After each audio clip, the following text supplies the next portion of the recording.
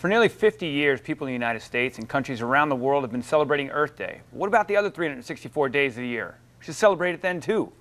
And joining us now to give us simple solutions to live a more sustainable and healthier lifestyle year-round is green expert Jen Bolden. Welcome to the show, and let's start out here. Where do you start when it comes to leaving a lighter carbon footprint?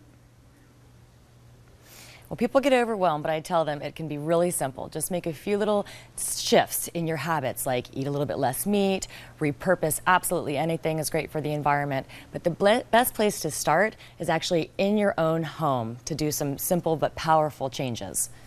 All right, well, let's start inside our home here, and obviously air quality is important to everyone, but how do you improve the air quality indoors?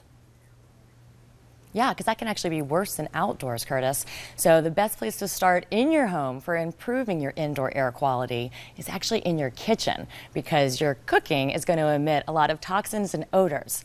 And so a lot of Americans are even embarrassed about these cooking odors and smells in their home. So what can you do? You can look for a new range hood. And in fact, Brown has made these great range hoods that are environmentally friendly and very energy efficient, but they're also beautiful and powerful because they are capturing 98.5% of the odors and the toxins in the air. And also what I love about them is they're super easy to install. All right, how about some sustainable home essentials that you recommend?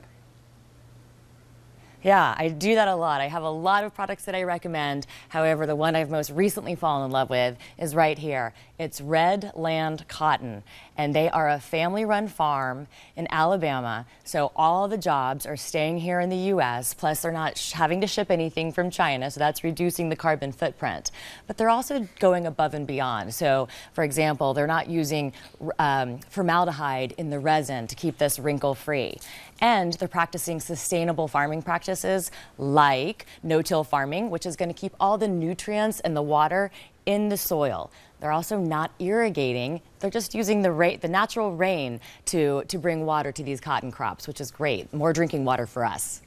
No, it's definitely. And let's talk about, you bring up cotton, and the clothing industry has been said to be the second largest polluter in the world next to big oil. But they're trying to make some changes. But what kind of choices do you think we should make when it comes to our wardrobes?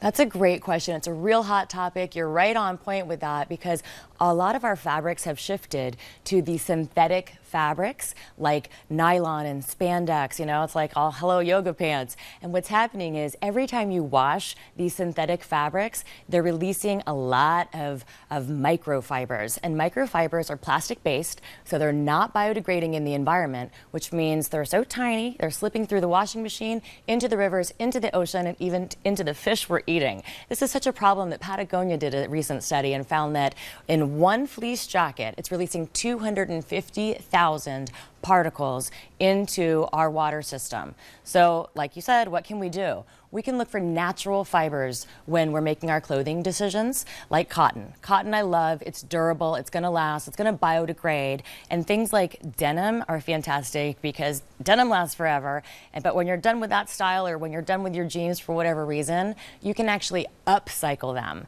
by turning it into home insulation with a great organization called bluejeansgogreen.org. And they make this insulation that then serves communities in need, which is great. Your jeans keep someone else warm. Appreciate it, Jen. Thanks for what you're doing to spread the word about Earth Day and being green. And we'd like to thank Brown, Red Land Cotton, and Cotton Inc. for making that segment possible.